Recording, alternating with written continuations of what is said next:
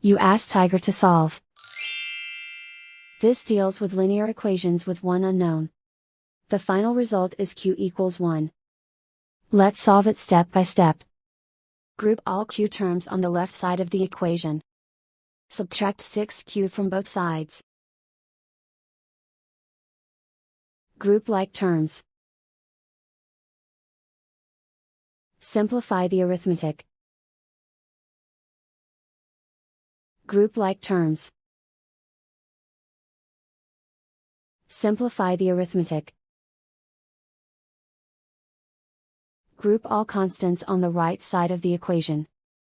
Subtract 7 from both sides. Simplify the arithmetic.